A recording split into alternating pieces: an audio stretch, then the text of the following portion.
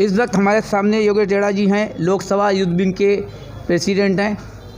आज इनसे जानकारी लेते हैं कि जो स्थिति चल रही है आज के दौर में कि एमसीडी बीजेपी पर आरोप लगा रही है, बीजेपी एमसीडी पर, क्या इनका कहना है। और अब उपचुनाव 5 सीटों पर होने जा रहे हैं दिल्ली के अंदर, क्या लगता है कि स्थिति इन चुनाव से फ़र्क पड़ेगा या आने वाले एमसीडी के 2022 में क्या अंतर आएगा। योगेश जी बताइए, सबसे पहले तो आपका बहुत बहुत धन्यवाद आज की बात पे। और आज का दौर देखते हुए एक तरफ किसान आंदोलन, एक तरफ एमसीडी और बीजेपी आरोप प्रत्यारोप, क्या कहेंगे इस पर। क्या हकीकत में सच्चाई क्या है और क्या लगता है केवल जनता पिसने के लिए होती है। देखिए, पूरा हिंदुस्तान देख रहा है, पूरी दिल्ली देख रही है कि भाजपा किस प्रकार हर वर्ग को, चाहे वो व्यापारी हो, चाहे किसान हो, चाहे वो जवान हो, मजदूर हो, उनका किस तरह शोषण कर रही है। और आज हम गांधीनगर विधानसभा में बैठे हैं। यहाँ जब मैं गांधीनगर विधानसभा में इस कार्यक्रम के लिए आ रहा था तो वो दिखाई दे रहा था कि तीनों वार्ड और यहाँ का एमएलए भी भाजपा से है, तीनों वार्ड के जो यहाँ काउंसलर्स हैं वो भी भाजपा के हैं। इतना बुरा हाल 25, 26, 27 वार्ड का इतना बुरा हाल।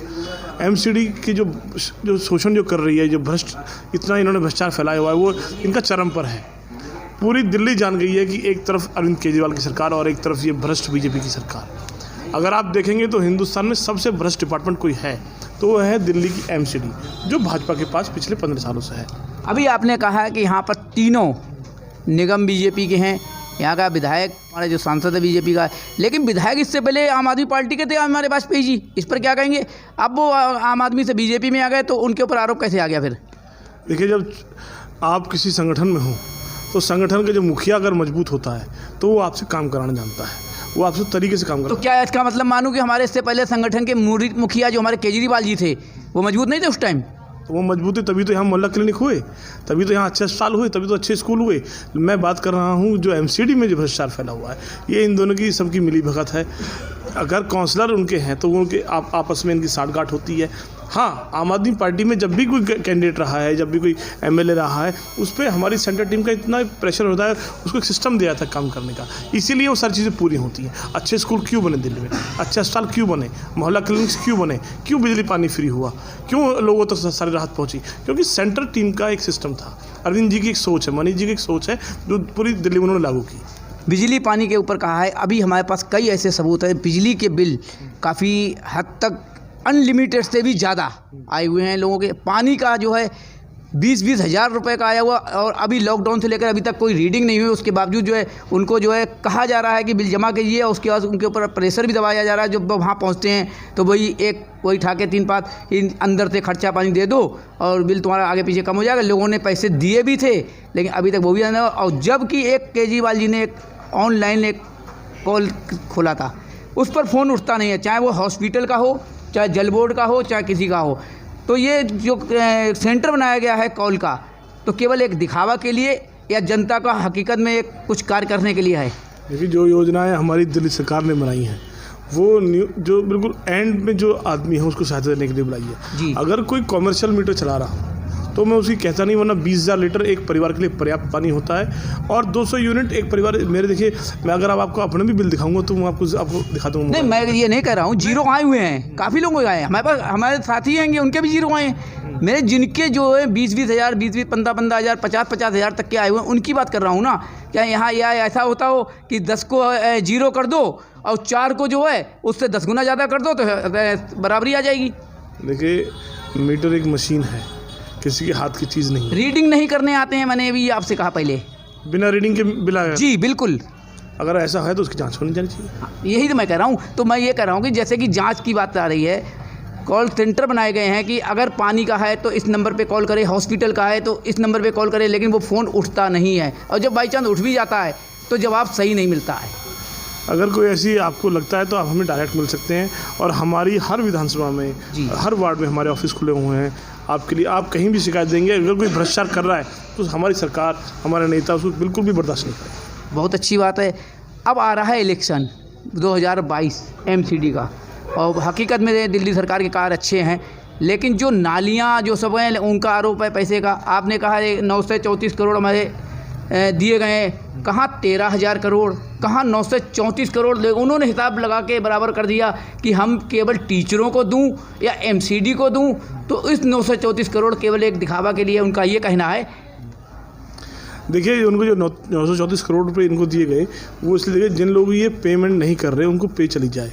इनके पास इतना पैसा है। एक मिनट, जो पेमेंट नहीं करे, एमसीडी पैसा दे ही नहीं रही है कर्मचारियों को, आप लोगों का ही कहना है ये, तो 934 करोड़ में पूरी दिल्ली की एमसीडी को कैसे मिल जाएंगे?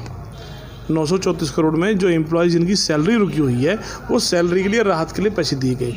एमसीडी को जो दिल्ली सरकार पैसा देती है, ये लोग इतने बड़े घोटालेबाज हैं कि ये लोग अपने आप पैसे रख लेते हैं, अपनी बंदरबाट कर लेते हैं। मेरा ये लोग जिनको मिलना चाहिए, जिनको तनख्वाहें मिलनी चाहिए, जो गरीब लोग हैं, जो शोषित लोग हैं, जो काम करते हैं, जो नाली साफ़ करते हैं, उन तक चीज़ें नहीं पहुँच रही। और ये इनके मेयर्स और इनके जो पार्षद हैं वो अपनी जेब भरने के लिए, क्योंकि आज ये टिकट काट रहे हैं दोबारा। पहले इन्होंने क्या किया, चोर थे, इन्होंने अपने टिकट काट दी सबके, नए लोगों को टिकट दिया। पहले वाले चोर थे, अब नए वाले जो है ईमानदार आ जाएंगे। इस बार उनके काट रहे हैं कि भाई इन्होंने चोरी की, अब नए हमको पार उतारे। ये हर बार का जो इनका फंडा है, ये इनका कारण ही है कि ये लोग इतने भ्रष्ट हैं कि बार बार नया चेहरा उतारने का इनकी मंशा यही है, क्योंकि मालूम है सब बंदरबाट करते हैं। ये लोग अंदर से ये चाहते नहीं कि जो गरीब आदमी है, जो काम कर रहा है एमसीडी में, उसको पैसे मिले। दिल्ली सरकार इसलिए इनको नहीं देना चाहती, डायरेक्ट लोगों को देना चाहती है, उन लोगों को, ताकि जिन लोगों के घर नहीं चल रहे उनके घर चले।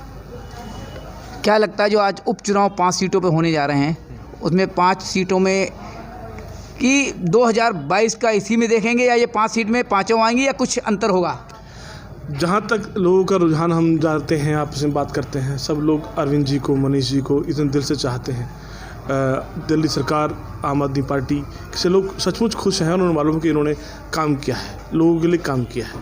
तो उस राहत के हिसाब से मुझे ऐसा लगता है कि शायद एमसीडी में 5 सीटें तो हम बाई इलेक्शन में जीतेंगे। और 2022 का इंतज़ार तो सिर्फ हम नहीं, लोग, जनता इंतज़ार कर रही है कि कब ये लोग भ्रष्ट लोग यहाँ से हटें और दिल्ली में एक अच्छी सरकार, सुविधा वाली सरकार, दोनों एमसीडी के अंदर भी दिल्ली के साथ मिलकर काम करें, अच्छी दिल्ली हम बनाएं। किसानों के साथ आज कितना समय हो गया है, कोई हल नहीं निकल रहा है। कल मोदी जी ने मन की बात की, लेकिन मन की बात में किसानों की कोई मन की बात नहीं की। क्या लगता है किसानों के साथ में आगे क्या स्थिति बनेगी? एक सबसे बड़ा गलत काम हुआ है जो हमारे लाल किले के ऊपर झंडा फहराया गया। आरोप प्रत्यारोप सब पे लगते हैं, लेकिन उसके ऊपर भी कोई गिरफ्तारी नहीं हुई है। क्या कहेंगे किसानों के लिए? इतना बड़ा आंदोलन हिंदुस्तान में हो रहा है और हमारे किसी केंद्र के मंत्री को, हमारे प्रधानमंत्री को इतनी भी शर्म नहीं है, और किसी भी सेंटर के आदमी को इतनी भी उनकी दिल की आवाज़ नहीं सुनती किसानों की। जो किसान बारिश के अंदर, इतनी ठंड के अंदर, इतनी परेशानियों के साथ अपनी बात करना चाहते हैं, आज वो उद्योगपतियों के हिसाब से किसान की बात कर रहे हैं। अरे किसान से पूछो किसान क्या चाहता है, किसान की दिल की बात उनको नहीं सुनाई दे रही है। वो 3 महीने से लोग आज अपने घर को छोड़े वहाँ पर पड़े हुए हैं, उनसे कोई मिनट, उन पर लाठी डंडा बरसा रहे हैं। उनको इतना परेशान कर दिया कि उनको 26 जनवरी वाले दिन उन्होंने तिरंगे लेके ट्रैक्टर रैली निकालने की कोशिश की। उनके रोड को ब्लॉक किया गया, उनके रोड को डाइवर्ट किया गया जानबूझ के, ताकि इनको परेशान किया जा सके। और अपने ही भाजपा के आदमी लेके वहाँ पर उन्होंने निशान साहिब का झंडा लगाया, ताकि इन लोग, अरे निशान झंडा भी लगा दिया तो निशान साहिब का लगाया, वाहे गुरु का लगाया, कोई खालिस्तानी झंडा नहीं था वो, उसको भी उन्होंने बरगलाया। उन्होंने ये बोला कि ये लोग खालिस्तानी हैं, ये लोग आतंकवादी है। जो लोग किसान को 80% देश की आबादी को खालिस्तानी और पाकिस्तानी और आतंकवादी कह सकते हैं, वो देश के कितने बड़े दुश्मन है। इसका मतलब 10% लोगों के लिए काम कर रहे हैं। ये बात क्लियर हो चुकी है कि इन लोगों के लिए कोई भावनाएं, कोई संवेदनशीलता हिंदुस्तान के किसान, मजदूर, गरीब के लिए नहीं है। कहाँ पर चूक हुई? जो गणतंत्र दिवस, एक लाल किला जो एक ऐसा है कि यहाँ परिंदा पर नहीं मार सकता ना, क्या कहेंगे, कहाँ पे चूक हुई? वो सब प्री प्लान था इनका। जो सरकार जम्मू कश्मीर में कर्फ्यू लगा सकती है, वो लोग लाल किले में अचूक, इनके अपने लोग थे जो वहाँ चढ़े। उन लोगों ने जानबूझ के सिर्फ इस मिशन को, इस किसानों के मिशन को ख़राब करने के लिए इन्होंने ये प्रोग्राम बनाया, अपने लोग भेजे, वहाँ झंडा लहराया, ताकि किसानों को बरगलाया जा सके, देश का जो सोच है उसको बदला जा सके। जो किसानों की तरफ लोग झुके जा रहे थे, इनके साथ गलत हो रहा है, उसको बदला जा सके, और नैरेटिव इन्होंने चलाया। लेकिन इनको मुँह की खानी पड़ेगी। ये किसान हैं, ये देश का जवान, किसान ही पैदा करता है, अनाज वो पैदा करता है, देश को वो चला रहा है। उसके साथ अगर ये ऐसे लोग करते हैं, इनको मुंह की खानी पड़ेगी। और बहुत दिन नहीं है, इनकी जो चालाकियां हैं, इनकी जो झूठ है, वो सब ने परख लिए हैं। और बहुत जल्दी इनको इस बात का इनको रिजल्ट मिलेगा। हमारे साथ में योगेश जी थे, जिन्होंने पानी के अनलिमिटेड बिल आने का तो इन्होंने साफ कह दिया कि उसके ऊपर बिल्कुल कार्रवाई होगी। अगर कोई ऐसी बात होती है तो हमसे मिले, हमारे क्षेत्र में हमारे जो कार्यालय खुले हुए हैं वहाँ जाएं, उस पर तुरंत सख्त कार्रवाई होगी।